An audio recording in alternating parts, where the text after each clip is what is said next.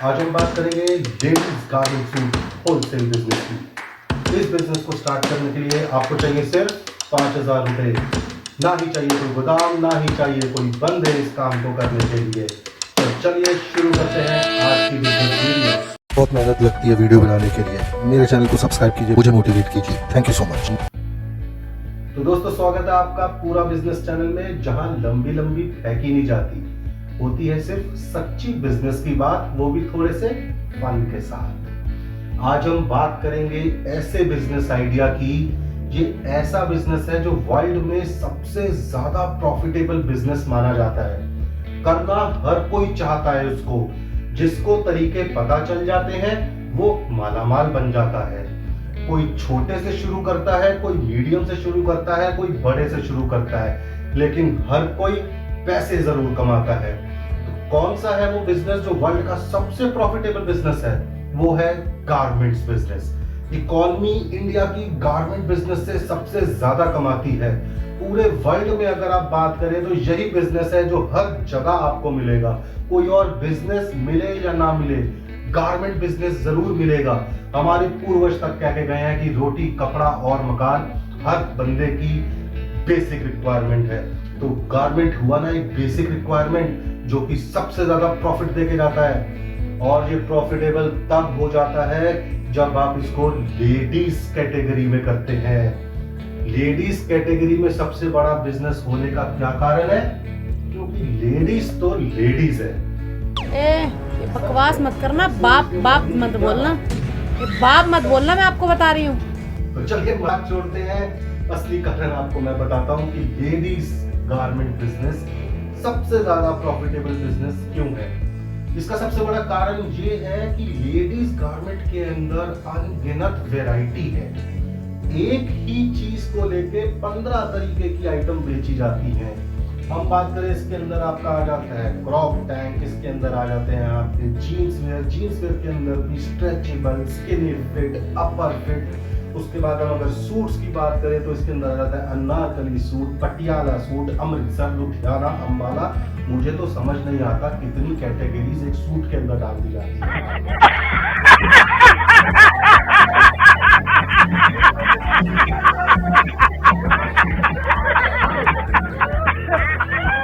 तो इतनी ज्यादा वैरायटीज होने के कारण हर बंदा जो इस बिजनेस से जुड़ा होता है वो पैसे कमाता ही कमाता है। चाहे वो रिटेलर हो, चाहे वो होलसेलर हो, चाहे वो मैन्युफैक्चरर हो। सिर्फ एक बंदा नुकसान में रहेगा, वो होगा पति। आपकी बात नहीं कर रहा, सिर्फ मैं भी इसी लिस्ट में शामिल हूं, आप भी इसी लिस्ट में शामिल हैं। सिर्फ दिवाला जो निकलता है वो पति का निकलता है। लेकिन हम तो बात कर रहे हैं ना मैन्युफैक्चरर की। हम आज बात करेंगे होलसेलर की। आपको कैसे होलसेलर बनाना है इस बिजनेस आइडिया का लेडीज गारमेंट बिजनेस सेक्शन में, वो भी सिर्फ 5,000 रुपए लगा के। ना गोदाम लेना है, ना आपको बंदों की फौज खड़ी करनी है जो आपके मार्केट जाके माल बेचेंगे। शुरुआत छोटे से होगी, ऊपर इस बिजनेस को आप कैसे लेके जाएंगे वो आपके हाथ में होगा। तो आज जो मैं आपको बातें बताऊंगा बिजनेस वीडियो में, वो बहुत ध्यान से सुनिएगा। आपकी जिंदगी बदल सकती है इस बिजनेस वीडियो को देख के। आपने सिर्फ फॉलो करना है जो मैं आपको सजेशंस देने जा रहा हूँ। करना तो उनके हाथ नहीं है ना, तो गुस्सा क्यों हो रहा है भाई? तो चलिए अब मजाक खत्म और सिर्फ होगी अब सीरियस बिजनेस की बात। दोस्तों, बात शुरू करने से पहले सिर्फ एक रिक्वेस्ट करूंगा, पहली बार अगर मेरे चैनल पे आए हैं तो सब्सक्राइब कर दीजिए। क्या पता ये आइडिया आपके लिए ना बना हो, मैं जो नेक्स्ट वीडियो में आइडिया बताऊंगा वो आपके लिए इंपॉर्टेंट हो। तो अगर आपने नोटिफिकेशन ऑन कर रखा होगा, मेरा चैनल सब्सक्राइब कर रखा होगा, तो आपके पास सबसे पहले नोटिफिकेशन आएगी और वो आइडिया आप देख सकते हैं। तो देखिए, होलसेल बिजनेस स्टार्ट करने से पहले सबसे पहले हमको जो चीज करनी होगी वो करना होगा, इसके अंदर जो इतनी ज्यादा कैटेगरीज है ना लेडीज गारमेंट्स के अंदर, इसको शॉर्टलिस्ट करके यहां तक लाना होगा। तो हम स्टार्ट करते हैं सबसे पहले 2 ब्रॉड कैटेगरीज जो गारमेंट्स के अंदर आती है लेडीज के। एक आता है एथनिक वेयर और एक आता है आपका वेस्टर्न वेयर। हम ले लेते हैं एथनिक वेयर को, क्योंकि सबसे ज्यादा डिमांड में यही रहता है। एथनिक वेयर के अंदर भी सब कैटेगरीज आ जाती हैं, आपकी साड़ीज आ जाती हैं, सूट्स आते हैं, सूट्स में भी semi stitch, unstitch, full stitch suits आते हैं, आपकी कुर्तीज आती हैं।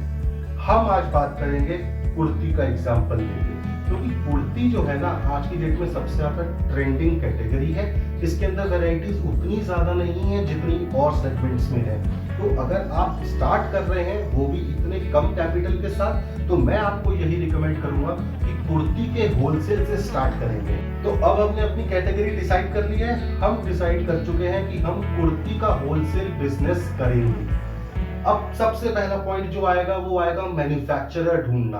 हम होलसेलर से नहीं लेंगे, जो बड़ा होलसेलर होता है, हम मैन्युफैक्चरर से ही सीधी डीलिंग करेंगे। मैन्युफैक्चरर आपने अपनी स्टेट से ही ढूंढना है। अब आप बोलेंगे स्टेट से क्यों ढूंढना है, हम गुजरात से भी तो ले सकते हैं, बॉम्बे जहाँ पे सबसे ज्यादा फैशनेबल कपड़े आते हैं वहां की क्रॉफर्ड मार्केट से ले सकते हैं, हम दिल्ली से ले सकते हैं, गांधीनगर मार्केट से।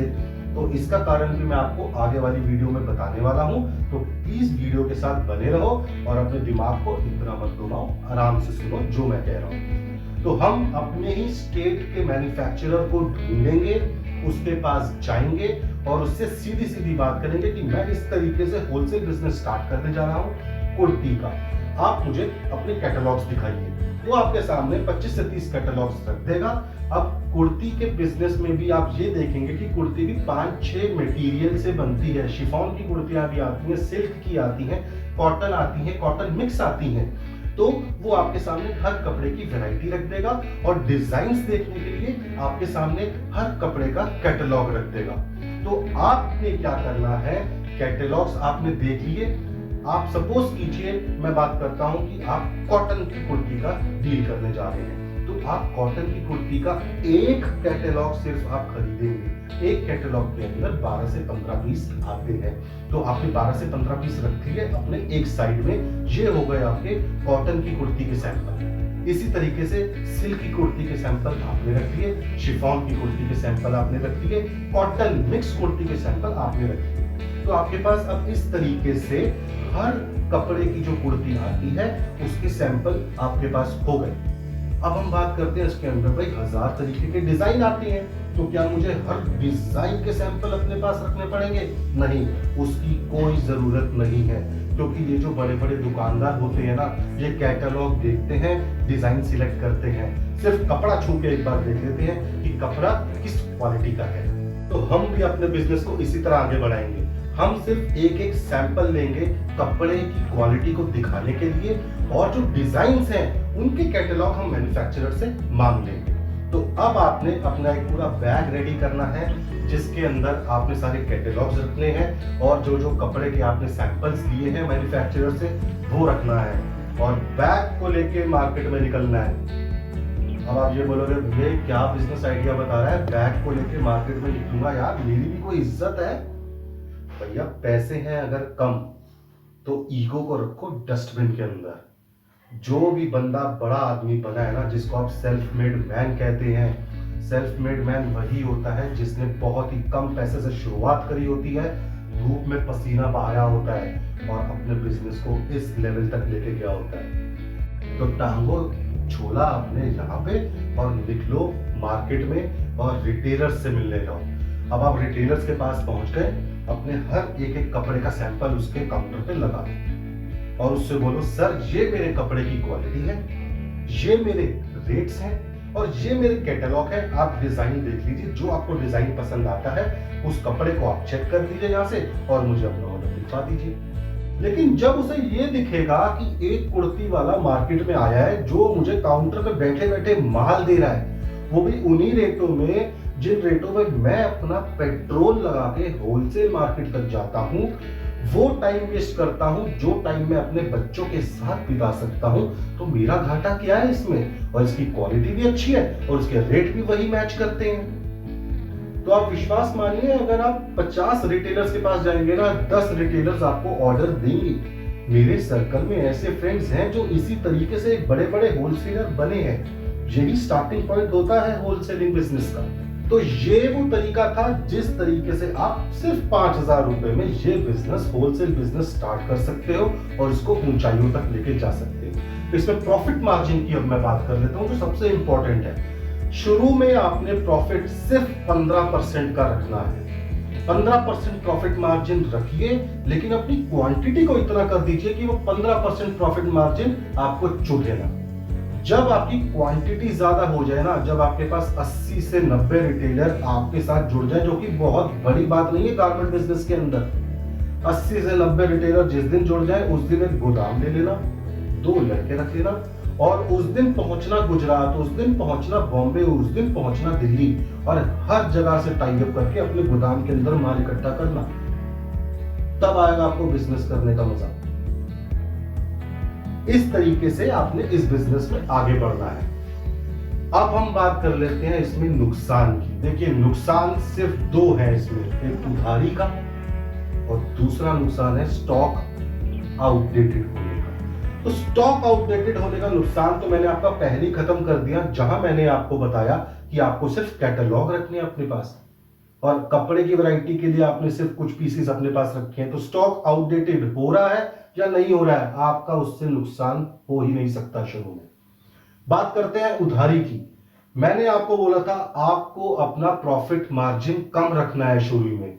उस कम रखने के 2 ही कारण थे। पहला कारण यह था कि आपको ज्यादा कस्टमर्स बनाने हैं शुरू में मार्केट के अंदर, और अगर आपके प्रॉफिट मार्जिन कम होंगे तो आप अपनी शर्तों पे काम करोगे, सिर्फ उन्हीं से डीलिंग करोगे जो आपको हैंड टू हैंड पेमेंट कर रहे हैं, और वो लोग भी पेमेंट देंगे आपको क्योंकि उन्हें पता है मुझे 10 पैसे सस्ता मिल रहा है, बिना अपना टाइम वेस्ट किए हुए, बिना अपना पेट्रोल लगाए हुए, वो भी काउंटर पर बैठे बैठे। तो दोस्तों, कैसा लगा आपको ये मेरा आज का बिजनेस आइडिया? तो प्लीज सब्सक्राइब करो और मेरा चैनल शेयर करो। तो मिलते हैं अगली वीडियो में। Thank you.